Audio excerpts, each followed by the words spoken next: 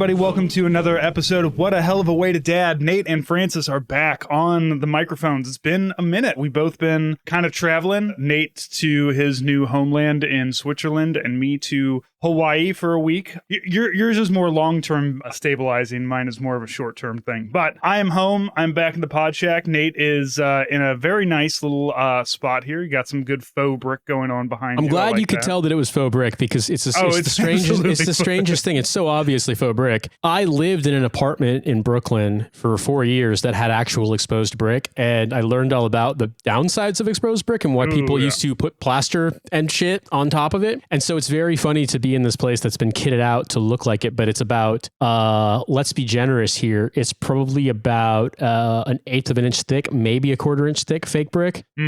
So to me, it looks incredibly chintzy, but every time that I've had anyone over who's like, let's say under the age of 50, Swiss people, they've been like, oh, that's so cool. Wow. And I'm like, no, it looks like shit. What are you talking about? But I realized the stuff that to me looks interesting and cool in that sort of like odd European way that a lot of like default Swiss stuff is, to them it's just so rote by this point that it seems boring. Yeah. In St. Louis, a lot of the houses have stained glass in them. And yeah, so Indianapolis was the same, and it was so badass. Yeah. Like all the houses that were built between like 1920 up to the war had at least a couple of stained glass panes put in, usually smaller windows, but like windows that would catch a lot of sun. So you'd have this beautiful, and yeah, it all went away. I saw once in 2012 a house on sale in like near north side of Indianapolis, like 20th Street, 30th Street area, is probably around Meridian Street, for about $150,000, maybe $175,000. And the entire kitchen, all the kitchen cabinets were original stained lead glass doors. They were incredible. Yeah. Absolutely incredible. I was talking to a guy when I was in the Special Forces course who was a contractor, like a construction contractor, and he actually gone overseas to like work on doing carpentry and installation and stuff at the U.S. embassies. And that had been his job for the longest time, and then he just enlisted. And I told him, he was like, honestly, dude, if it were me, I would buy the house just for the cabinets and take them out. He's like, you have no idea how valuable and rare they are. And he's like, and I feel like the people who own that house probably don't realize it either. But like, those are impossible to recreate the way that they were, both because of hazmat nowadays, which like, it's not the object hazmat, it's the making them hazmat. And then also just the techniques are different now, materials are different now. No, there's not really demand for them. Would it surprise you to learn there was also a complete suit of armor on display in this house?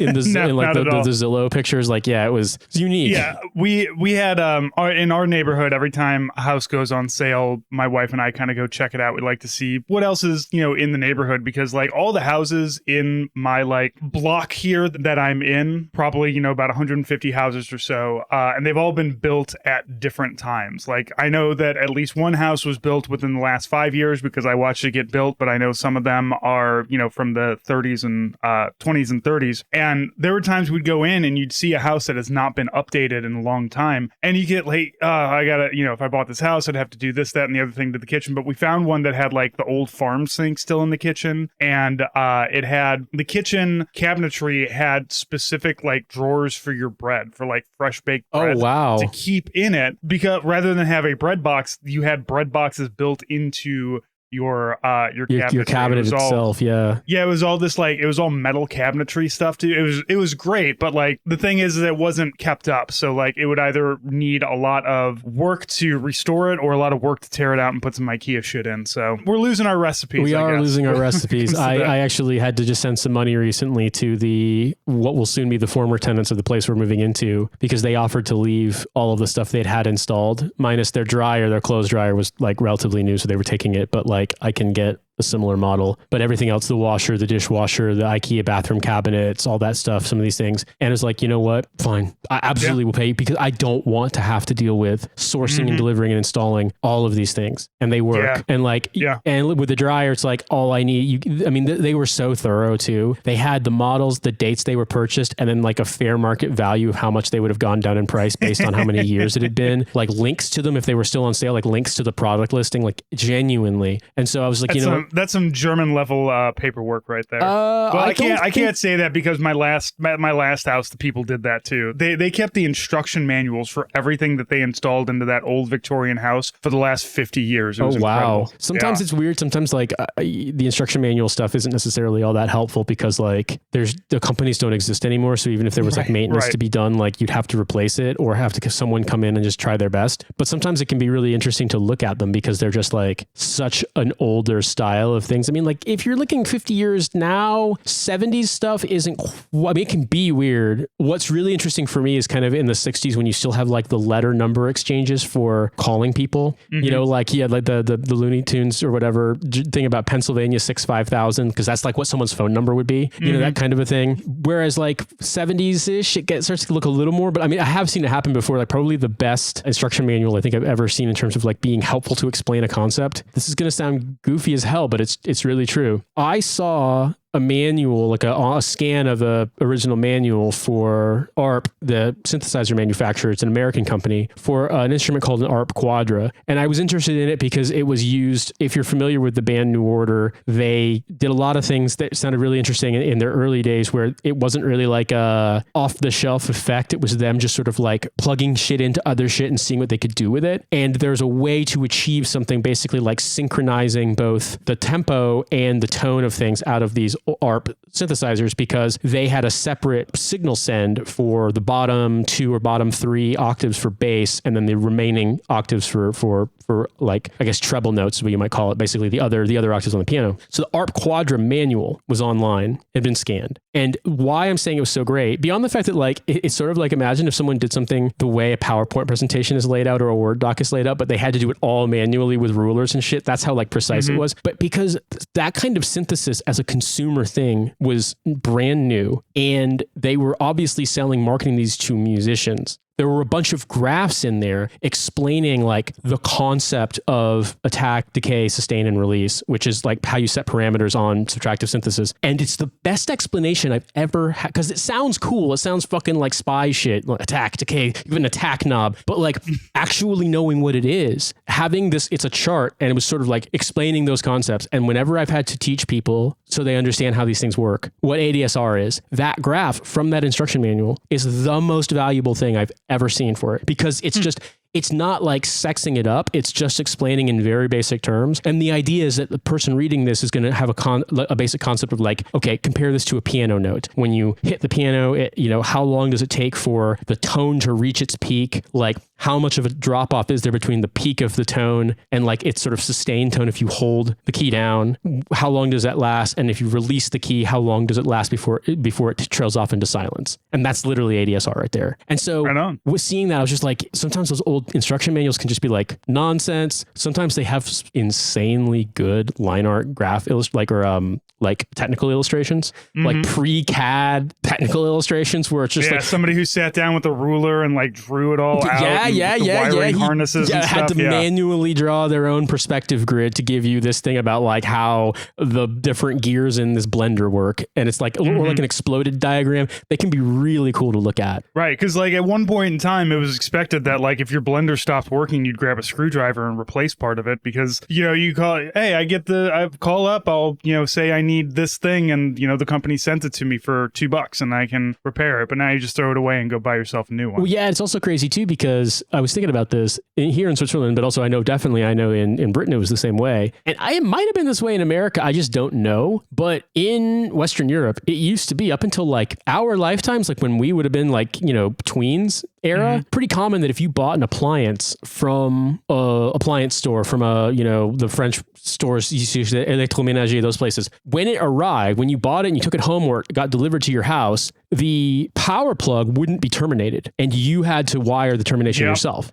And in Britain, they used to teach this in school. It's not hard in Britain because it's color coded and it's just three wires. It's not hard to do, but and in Britain, the plug is big, so it's actually pretty easy to like unscrew one of the self-wiring ones, do the terminations the way you're supposed to, and then screw it back in. Here, it's a little smaller, so it's a little more complicated. But like, I've done it before. I have a dish cabinet that I bought from a like vendor selling old furniture in Nottinghamshire, and it came with the bare wire ends. And so I had to go down the grocery store, buy one, and then here once it arrives. The grocery store and buy your electronic terminations. Well, that's the thing they would sell in a big grocery store in Britain, to be honest with you. There's like a little aisle and they've got like light bulbs and LED light bulbs and like the little candle, the little like, what are they called? The ones for lamps, like the small little lantern bulb looking things. Like the little tea light bulb. Yeah, stuff like that. And then they would just there might be like a couple of power strips and a surge protector. And there would just be. I could see all that. Yeah.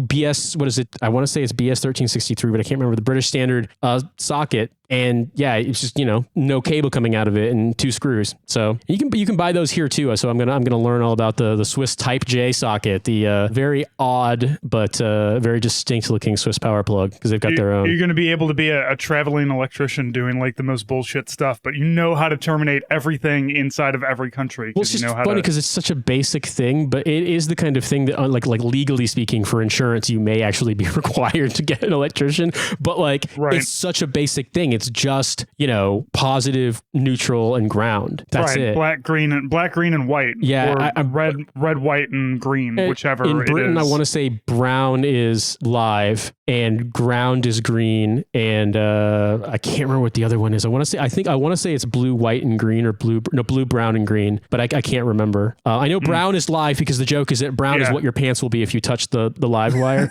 And I think green standard is green as brown because it's exactly exactly. But I can't remember if it's you would think bright would be like or I'm trying to think what blue. Oh, blue. Yeah, it would have to be blue. Blue's cold. Think about it. Yeah. And it has to go along with like somebody who's colorblind needs to be able to be able to do this too. So they gotta have very specific colors. Yeah, I hope that's the thing is that like I've done this before, and I'm so glad that they're like, just wire us some money and then you can keep our dishwasher that's already installed and it works. I don't care. Dishwashers are a bitch to install, man. Like anything else is easy. You just take it and you plug it in. But with like a dishwasher, you have to have water coming in and water going out. And that just makes it, it's not hard, but it makes it a pain in the ass. Cause I watched when I redid my kitchen, I watched the guy like plug in and do all the stuff for the dishwasher. It's like, I could have done that, but also I'm glad I'm paying you to do it. I don't want it to figure out that I've done it wrong when something goes wrong with it. And like, particularly you have like nasty dishwater flood. Yeah. I would say it's funny because in this apartment, they have,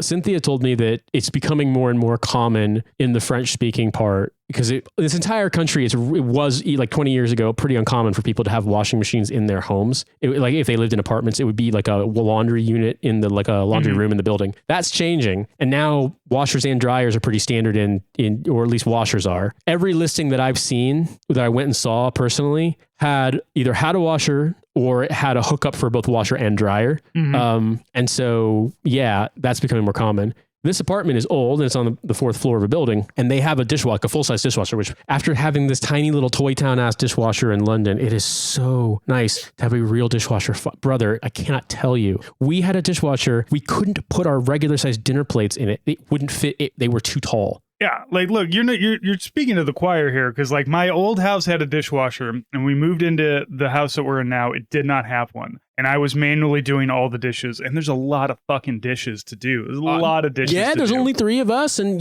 our daughter's not as old. Our daughter's not as old as your daughter, so like she's having more like the baby bowls and stuff like that. But still, like you're always doing dishes. You're always running out of utensils. Like I sacrificed a full size oven in my kitchen so that I could have a dishwasher. And like my wife and I have talked about that for resale value on the house because we were talking about selling. We're gonna stay now. We're actually dropping a lot of money into new windows and doors and everything. But Patreon.com/hell of a way. Hell of a way. Oh my God, please. For the love of God. I got to pay $200 a month for 15 fucking years for 4 windows and 2 doors. But they're good windows and doors. Like we're not cheaping out with some shitty vinyl ones that like we could have gone cheap, but like we're like, look, if we're going to stay here, we're going to do something that's going to have like the sales lady was just like, they have argon inside of it that like blocks the heat and does all this, that, and the other thing. So it's really good. We're spending a lot of money on it, but it's like one of those, like this is an investment and it's going to make our energy bills go down and everything, but still, can I also say, it's a pain in the ass. I'm going to assume you're doing this already, but I'm just going to say this for the benefit of the listener. That's all sick as hell, and definitely recommend getting energy efficient windows, well insulated windows, a technology that 90% of British houses have yet to experience. However, you've got to get someone who knows what they're doing to install them. The reason I tell you this is because our home in London for the last 5 years before we moved had not just double glazed, triple glazed glass windows. Wow, amazing, incredible. They looked as though they'd probably been acquired secondhand. They were not new.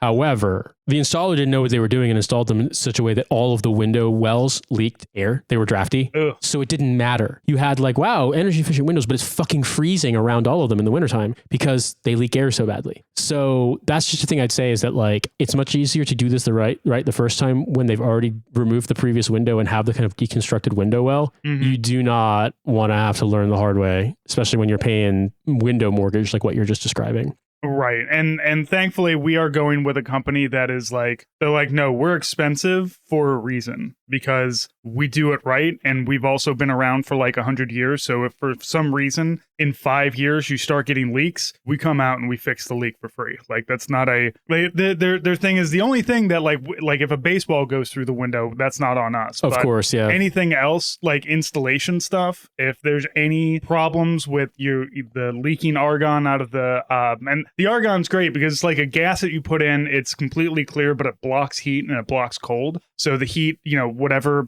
energy stays in and out. We have two big front windows that like when the sun comes up, they get full sun. Like they're easternly facing windows, and there's not a lot of we don't have a lot of trees in front of us. So it's really nice, warms everything up.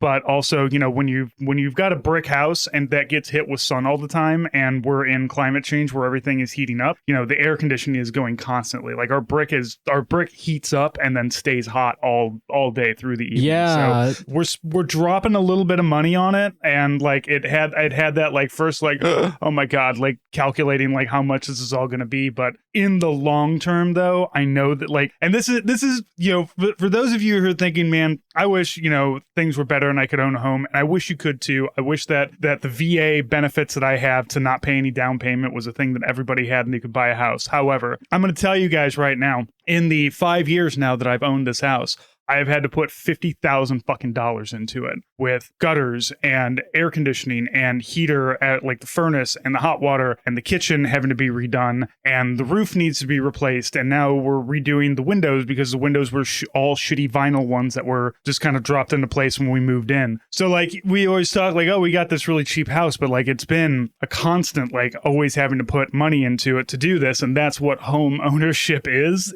like, yeah, your rent's lower, but like when shit breaks, when a pipe breaks in your kitchen 2 days before Christmas, that's on you to deal with, and then you have to rebuild the kitchen somehow. You have to come up with like $10,000 and you have to find a handyman and you have to find a way, like you have to design all this stuff. It's a real pain in the ass. So like I get it, home ownership is great in a lot of ways because I get to do whatever the fuck I want to my house, but also the problem is that if I fuck up my house, it's on me. Nobody else gets that one. Yeah, I mean what can I say? I have never owned a home, and I don't expect that I will until maybe retirement age. I think we've talked about this before on the show, but we don't really which is when my parents bought their first house. I mean, it's not really realistic to expect to because of just how incredibly expensive homes are, like to buy an apartment in Geneva. And so long as for at least the next 5 years, we have to live in the canton of Geneva because transferring to a different canton would be a challenge. And like for commuting, it would just be annoying. So we're just going to stay. Right. But I will say this, it is interesting being in a situation where it doesn't feel as though like you're constantly being scammed because you're renting. Mm-hmm. And that's not to say that this place is perfect, but it's got pretty strict laws about how things work in terms of renting and how rent is managed and how much rent people can charge and how much they can raise rents, for example, between tenancies. And to put it into perspective, when we signed our lease on our place where we're gonna move in at the end of this month, we also had to sign a separate form from it's sort of a government form, signed by us and signed also by the agency, showing that, attesting basically legally that the rent had only gone up since 2020 in alignment with the inflation rate, the national inflation rate, and that they were going to be charging us the same amount of money as they were charging the previous tenants. And I've heard from a friend of mine that he one time found out they just decided to arbitrarily raise his rent from the previous tenant, and he took them to court and won. Which, like, when you see, Switzerland sounds like, it has a lot of the trappings of America. I know that it has, like, private health insurance. You got to buy health insurance and lots of other insurance too. Like I have to have, like, you legally have to have renter's insurance. You legally have to have like some of the stuff for childcare. We have to demonstrate that that our daughter has health insurance, and also that we have accident insurance on top of that, and that we also have renters insurance and what they would call like sort of like civil penalty insurance for things like accidents in the premises of your home, damage to your home, stuff like that. Like, this is a country that loves insurance, but it's also not breaking your bank to get health insurance. It's not like, okay, look, I'm going to put it this way. If you get cancer in Switzerland, are you going to go bankrupt? No, but relative to earnings, the insurance cost is very high. I'll put it that way. Sure. Like, this is a high income country. There's no getting around. It's a high income country. I think I may have quoted the wrong information previously, but I looked it up. It's like I want to say that it's like $1.10 to a Swiss franc. The Swiss franc is slightly stronger than the US dollar. And the minimum wage in Geneva is like 24.5 francs an hour. So that's got to be at least $25, maybe $26 an hour for minimum wage. So this is a high income country. However, health insurance is not cheap. And like, we are on a slightly more expensive model because we know we're going to have so many visits in the beginning getting set up with all of the things. We opted for a lower deductible and stuff like not needing to have a referral from a family doctor to go to specialists and things like that, because all this stuff needs to get sorted out. Because of that, our insurance is really around between 500 and 600 francs per person per month. And then for our daughter, it's less because they have some things that I wish we had in America. They have way lower deductibles for kids, and one of your options is a zero deductible for your kid. And you have free choice of pediatrician regardless. So like, that stuff is great. It feels, the best way I could describe the Swiss system is that it feels like the American system with, like, if the American insurance agency was afraid of the law and like had a gun to its head at any moment, because like they can't really, if they fuck you or scam you on things, like, it's illegal and it'll be enforced that it's illegal. However, premiums go up every year. It is expensive. Sure. And bureaucratically, it's kind of annoying because you have to do the same thing of, you go to the doctor, you show your insurance, you have reported to your doctor, you have to pay your bills, you check your stuff online, you make sure you're covered, you check your deductible. All right, now I'm trying to chase them because they are still waiting on some paperwork for my daughter's thing. I need my daughter's thing so I can show she has proof of insurance before she gets signed up for this childcare thing that may potentially make our lives easier. My deadline to get them the dossier is next week, and I have to pay 200 francs for the dossier fee. This is a common thing here when you do an application for something, like all this stuff. So it's like a lot of it's like, what if America worked? But then also like the rent control laws, like the rent stabilization laws and things like that. You're like, man, having lived in New York and then London, like, the sort of landlord matrix mud fuck fest of kind of cities, like the Zion orgy rave from the Matrix 2, like that's what it is for landlords in New York City and then also in London. It's weird. It's similar to like what I've described before of being kind of taken aback when people smile at my daughter and are nice to her in public, because you're just not expecting it, having been in Britain.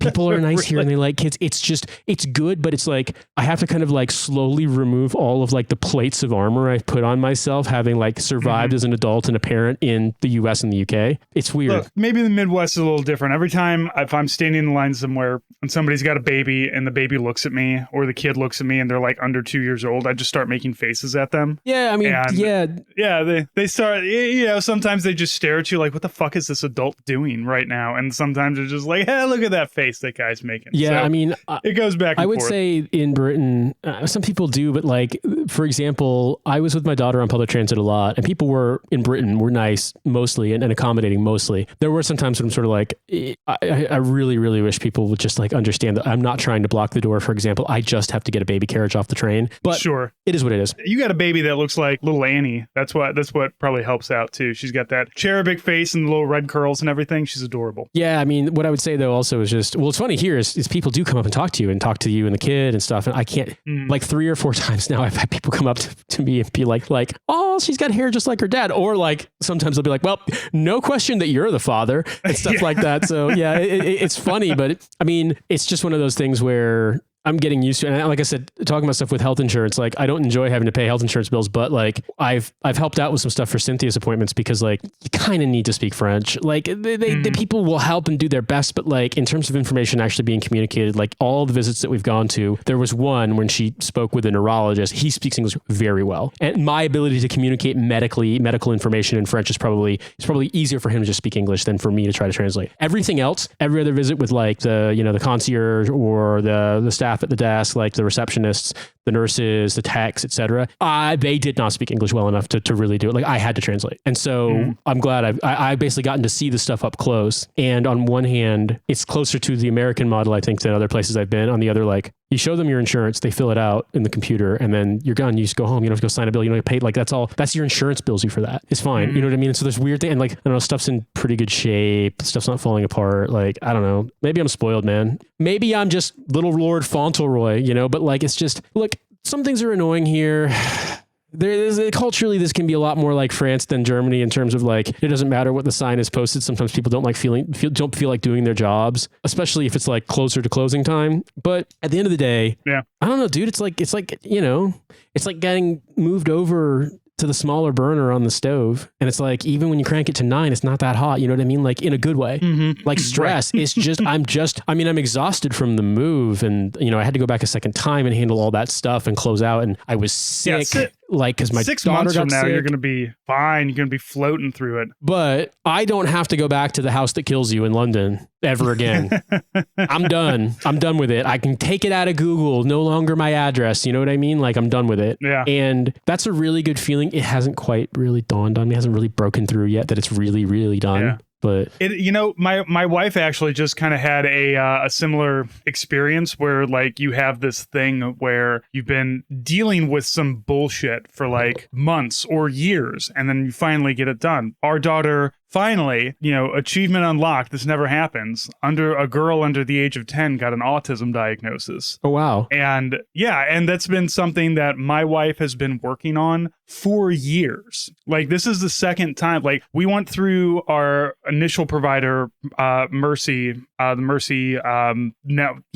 you're in St. Louis, they're one of the big hospitals that has, stuff all over the place. We all go through Mercy for our stuff. So when she went through Mercy, she's like, the problem is that like all the people doing the evaluations are all a bunch of old men who are working off of old books. And this time she went through younger grad students who are working at, I believe, at UMSL, University of Missouri, St. Louis, and a younger woman doctor who was just like, no, I don't, like, she went through all the old stuff. She's like, I don't know what these guys are talking about. Because like our daughter, like the big thing is like, well, your daughter can talk to people and make eye contact, therefore she's not autistic. It's like, that's not the definitions anymore though. Like, she'll make eye contact and she'll talk to you about Pokemon for 30 straight fucking minutes. And like that, and you think, oh, she's just, talking about her interests. Like, no, she will not listen to a single fucking thing you have to say because she's talking about Pokemon. Like, that is, so it's nice to, and after like my wife had that meeting today or yesterday, and afterwards she's just like, my God, like this thing is done. Like, I'm finally finished. Someone listened. Thing that's been mentally and, mostly for her mentally just weighing down on her. So it's the same, not exactly the same, but it's that like kind of like that final like, oh, I'm here. I'm done with London. I'm like, you were so excited in the group chat about like, leaving your bike to be stolen and go back into the bike. The bike ecosystem from whence it came. So I bought that bike off Gumtree, which is kind of like a secondhand resale site, and selling stolen bikes on Gumtree is definitely like a British pastime. And if you buy a 100-pound bike off Gumtree, it's probably stolen. I bought this bike in like October 2018, and over the course of the years there, I basically replaced every part on it. I didn't study classic. So was it the original bike still? One part. What is that? The Ship of Theseus. And the Ship of Theseus. I didn't actually recognize the reference in the first time someone mentioned it to me, because obviously I didn't study classics at all. But yeah, so the Ship of Theseus is like, well, the question is like, is it still the Ship of Theseus if every single part of the ship's been replaced over the course of like its journey? Well, in my case, yes, in the sense that the handlebars were still the same, but new frame, new wheels, new crankset, new chain, new pedals, new saddle, because the original saddle got stolen. Like fucking, yeah. I left it locked up, and I got home really late that night. I didn't go to the train station. I didn't take the train home, and like I literally forgot. I was like, oh fuck, the bike is still there. I went out there, and someone had stolen the saddle off of it. So we had retaped the handlebars, everything, the spacers on the what's it called? I guess the front fork, or like the handlebar assembly, were all still there, and then the handlebar itself, because I liked it had the kind of like French horn, or not French horn, but you know what I mean? Like it had like a big U-shaped handlebar, so it was really narrow. It kept the profile of the bike narrow, which I liked because traffic, getting around cars and stuff. Yeah, you don't have it out like that. You got it in like that. So I decided, because I didn't know what to do with it, and I didn't want to leave it in the locker and like have to keep paying for it. So I took it out and I locked it up outside my old place near this pub that looks like where you get glassed in the face at. And I locked it and I left the key in the lock. And I figure someone's going to be clever enough to look at that and be like, oh, that's for me. And you know what? You're right. It is for you, because I want it to go back into the what? I'm putting, it's like, I know you're not supposed to flush Nemo down the fucking toilet because you'll just kill him. But like, what if you could actually make him free by flushing him down the toilet? You know what I'm saying? I'm flushing my bike down the toilet of the London stolen bike ecosystem. It's back in the wild. You're John Lithgow at the end of Harry and the Hendersons throwing rocks at the bike, being like, go back. We don't want you anymore. Yeah, don't you see? We don't love you. Genie, you're free. It's like, the bike is like, no, I want you to ride me so you can fall and hit your head a third time. This time I'll finish you off.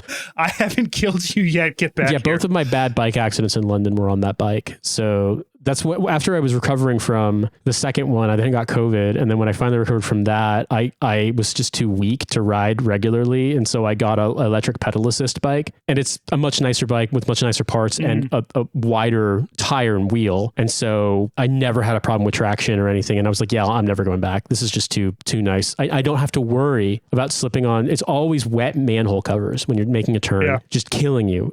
So anyway, I got rid of my bike. I let it go. Yeah, I got a couple things, a couple stories I got for you. I'm going to talk about Hawaii in a minute, but I've been sitting on this one for a minute. Okay. My wife and I went to a wedding at the Anheuser-Busch beer garden here. So we have the Anheuser-Busch World's, headquarters are here.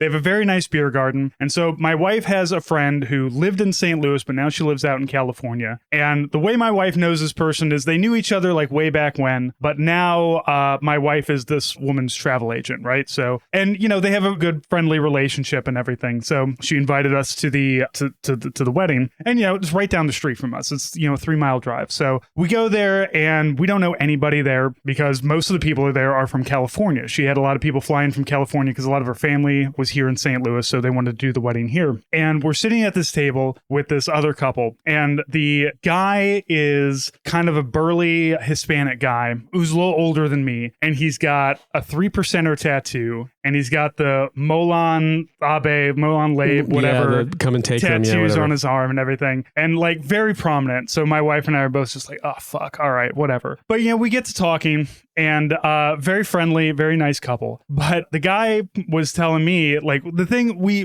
bonded over was the fact that we were both in Iraq at the same time, and actually living in the same area in Basra. Like I was living in, we called it the Plywood Palace. It was this big, long, made out of plywood. I don't want to say barracks or anything, but like if you went overseas, that like at a certain point in time, they had what's called CHUs, containerized housing units, right? And they look about the size of a shipping container, and you could put 3 rooms in it and put dividers in it and whatever. So you live inside of those. We didn't have that. We had this big long thing. Yeah.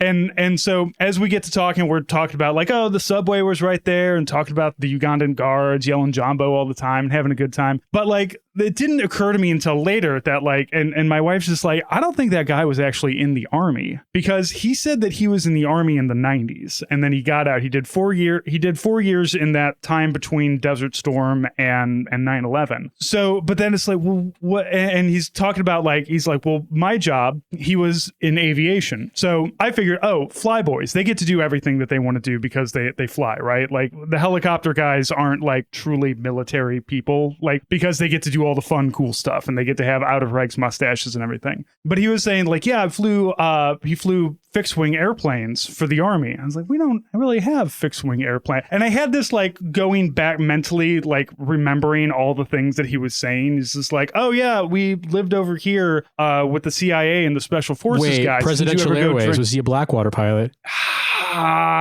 Yes, I think so. Mm-hmm. Yeah, I know what you're talking about. Or whatever Blackwater was called in 2009. Presidential Airways, because I was in Afghanistan in 2009, and they were Presidential Airways was the like private aviation wing of Blackwater, and they flew helicopters and fixed wing aircraft on rotator routes. So like the rotator that went between Sharana Airfield, where my battalion was headquartered, and Bagram was a short takeoff and landing. It wasn't a Cessna, it was a different kind of plane. But yeah, it was a small plane, and you could just get booked for the rotator, and that was a civilian dude in like multicam with like a knife and like a wrist GPS, and that's what he was flying with. I mean, okay, it was a bigger Garmin. It was like a TomTom on the plane and then a Garmin on his wrist, and that's what he was flying with. Yes, that's 100%. Yeah.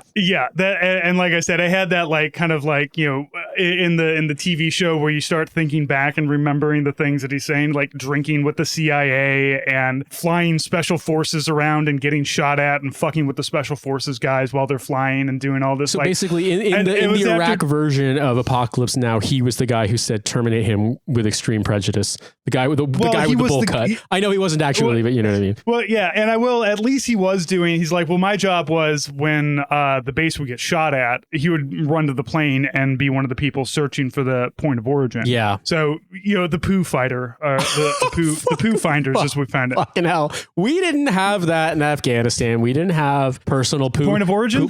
Poo finder planes. We didn't have any aircraft to scramble if it happened. We had the light in Iraq. We had the LCMR, the light counter mortar radar that would ping and tell you point of origin. And then the brigade, the sort of like whatever the task force element at the base had the ability to put some shadows up, which are a small UAV, unarmed. They're extremely not armed. Hand light ones. Well, no, there's a shadow. Hand fly ones. No, wasn't that the Raven? The Raven. Yeah, because the shadows have to take off on a runway. They're pretty big, relatively speaking, but they're nowhere near as big as a Predator, for example. Yeah, they're not armed, but they are flying remotely and they can ping stuff. They've got IR, night vision. They've got the what's it called, laser range finders and like GPS things, so they can ping a 10-digit grid off of a laser point, that kind of a thing. And so we could maybe put those up. I think. I can't remember if it was our brigade that was controlling flight hours and missions for the Shadow or not. And it might have been, maybe we just had, because we had an airfield, you could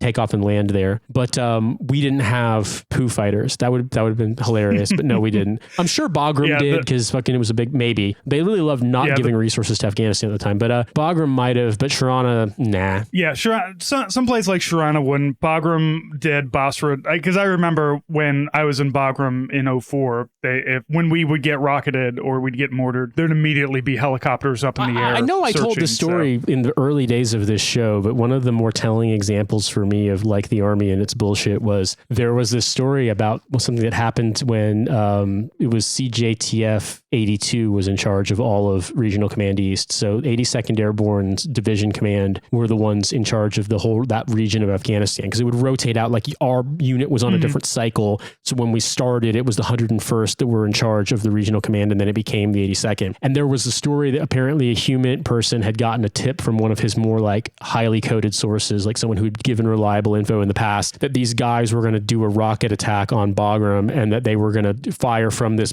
particular point of origin, like this mountain, where they could more or less fire from behind, like they wouldn't be silhouetting or profiling on top of the range, but it was totally within sight. And they do this, and they wanted to do it around this time. And what he had given was pretty accurate information, it turns out, in terms of what they fired, when they fired, and it happened, and it hit a bee hut, plywood bee hut, and it killed 2 people, I think, 3 people maybe, American troops. And it turns out that the reason why they didn't spot it, the reason why they didn't see this coming based on the info that had been fed in to the big intel circular file, as you will, is because the command sergeant major of CGTF 82 had the fucking IR cameras turned inward on the base to spot people not wearing their reflective belts at night. isn't that the way that it always fucking goes? Yeah, you get smoked by a fucking rocket and you would have been able to prevent it, but they're like, no, people aren't following uniform guidance and that's our priority. Look, you know, did you guys have the big balloon with the camera on it at all on any of the bases? Not at our base, but they did have one up at COP. FOB Gardez had one, and Gardez was a different province than us, but like you got to Gardez from Sharana going up. I remember the road that went to Sarhausa and went onward up into Pektia province. And so Gardez had one, and I want to say there may have been another base in our province that had one. I remember hearing about one. I'm pretty sure the one at Gardez got fucking cut loose somehow and flew away. Yeah, that kind of thing. The dirigibles were constantly disappearing on us. The dirigibles. Yeah, fucking love me an ISR dirigible. Yeah, and well, when I was on Bagram, there was a guy who had a feed of it. He was linked into the feed and would always be showing us stuff because, like, yes, they would use it to like see what are people doing. Are they planting IEDs? But also, like, if there's ever a farmer fucking a sheep, of course, yeah. I remember hearing about these. Yeah, I mean, wow. I'm trying to think about like what was interesting to me now is I realized like there was one night when they were like really concerned about something going on, and it wasn't I think it was a mission where one of our OPs was potentially under threat, and it was like it may have not even been Americans, it might have been Afghan troops, but there had been reports, and so we were like, brigade gave us a shadow to that general area, and I had one of these like Signal Corps guys with me, and he loaded it up. And what I realized now was the way he loaded the live feed from the shadow was obviously on the secure net, and he just opened VLC and then went to file open stream and dropped in the URL on the secure network of that feed. And that's the same way that you pull the RSS feed to see every podcast episode is how people were loading. But then it's like we were using MIRC to talk to each other. The brigade text chat, like Merc chat, like that's IRC, the 90s text thing that you use on the internet. One time I right clicked and did slap to someone and then got a fucking call from the brigade dog. Like, who the fuck is sending messages about fucking slapping people with a fish? And I was just like, sir, I'm sorry. Someone right clicked by mistake. Apologies, sir. I'm a young millennial. Apologies, sir. I just wanted to show the soldiers that you can slap someone about the face with a large trout. Oh my god! Oh, fuck me. Because it's a command. It's like it displays a fucking. Oh my god! It's so funny. Yeah, we did the IRC chat, and then also the massive amount of like movies and video games that were on the secure net channels too. Like I played the shit out of Manhunter in Afghanistan because I worked night shift. So there was this game called like Girl Defender that was like a tower defense game, and someone had dropped the Macromedia Flash file of the game into an Excel spreadsheet, but we only had it on Zipper, so you had to get on the secret computer to open this thing up and play this stupid tower defense game. Yeah, like, oh wow, good time, good ways that we were using high-end military technology. Man, those were old ass Dell laptops that were worth like $15 in 2009. But if you lost one beyond the sensitive info, like the what's it called, the SIR and the sensitive item loss and all that shit that would come from it, like you'd also get charged the like $4,000 they were notionally worth. And it's like on the open market, these laptops are worthless. They're scrap. Right. They're absolutely like just because you spent $4,000 on a shitty laptop doesn't mean I should have $300,000 on this Humvee that you're fucking dropping a goddamn JDAM on because the Taliban stole it. You know, it's like, ooh, that's like 5 college educations right there. And it's just like, yeah, both in the JDAM and the Humvee. Yeah, the JDAM is a couple of master's students and a PhD dropped on top of it. Yeah, right. Yeah. Anyway, America doesn't need those because we can blow up vehicles that we paid too much for and they got stolen. Right, and we've got these cool sword bombs now. We should be using those more often. Yeah, just because they're sword bombs. Yeah, we have to. It's like they're somehow more humane because they just cut you to pieces and everyone around you, as opposed to. Well, they don't explode and kill everybody in the city block. So it's a little bit. It's not great to sword bomb somebody, but also we have sword bombs. That's pretty fucking America right there. I feel like the only way it could be more America is if the sword bomb then also like sends you a bill from insurance and says that you're out of network because that sword was actually manufactured by someone not covered by your insurance. Yeah, your family getting a bill from America for the sword bomb that dropped on the drone pilot who actually push the button to fire that thing was out of network. So yeah, you're getting an additional bill on that. Yeah, we had good time.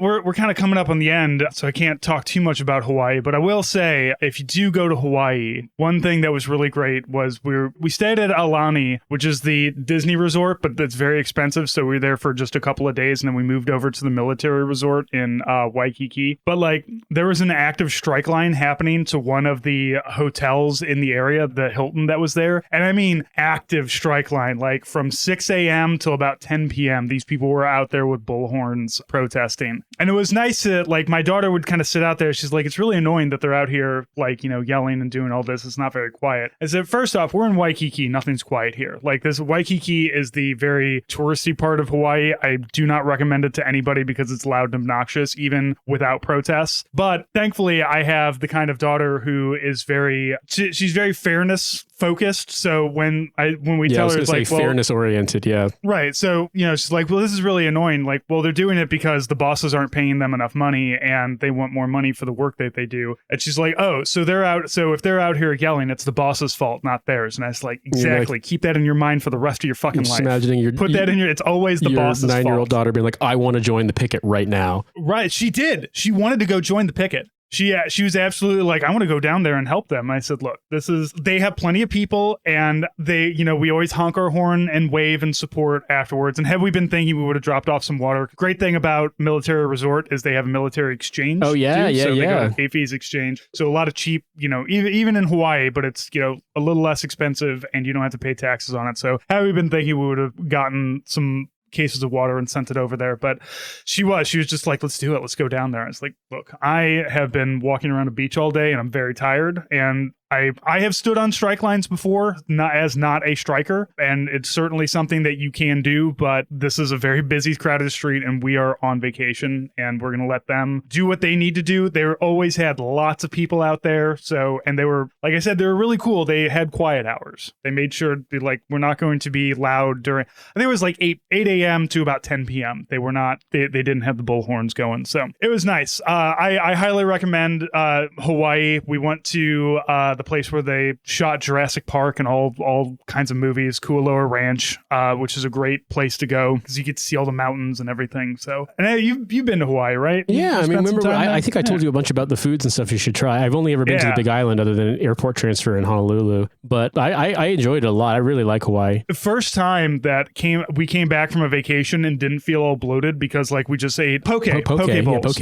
Yeah, eating like fresh fish and rice and greens it's weird every day. Because poke became such a huge thing, and I had never heard of it before I went, because the first time I went to Hawaii was 2015, and I know that there had been in California and even in New York, as a newish thing, it had been around in terms of being marketed outside of Hawaii. Mm-hmm. But yeah, my first experience with ever knowing what poke was actually having it on the Big Island fresh, and I was like, this is incredible. Genuinely. Yeah, phenomenal. So we're going to try out. We heard that the frozen tuna that you can get at Aldi works pretty well in a poke bowl. Not going to be perfect. It's going to be Midwest poke, but anything where I can just eat fresh fish. I know for a fact that when we stayed here the first time and I was doing laundry, there was a poke restaurant in Paki, the area around the train station. So I could probably try Swiss poke if I really, landlocked country poke. Give it a whirl. I had really good poke in Las Vegas too. Well, it's because there's so many fucking Hawaiians in Las Vegas. My goodness, it's just the big Hawaiian diaspora is there. Yeah, that was where I had my freak out because I took too much of an edible and then I started wandering around Las Vegas and I found an outdoor kind of a bar that was out, very very outdoorsy.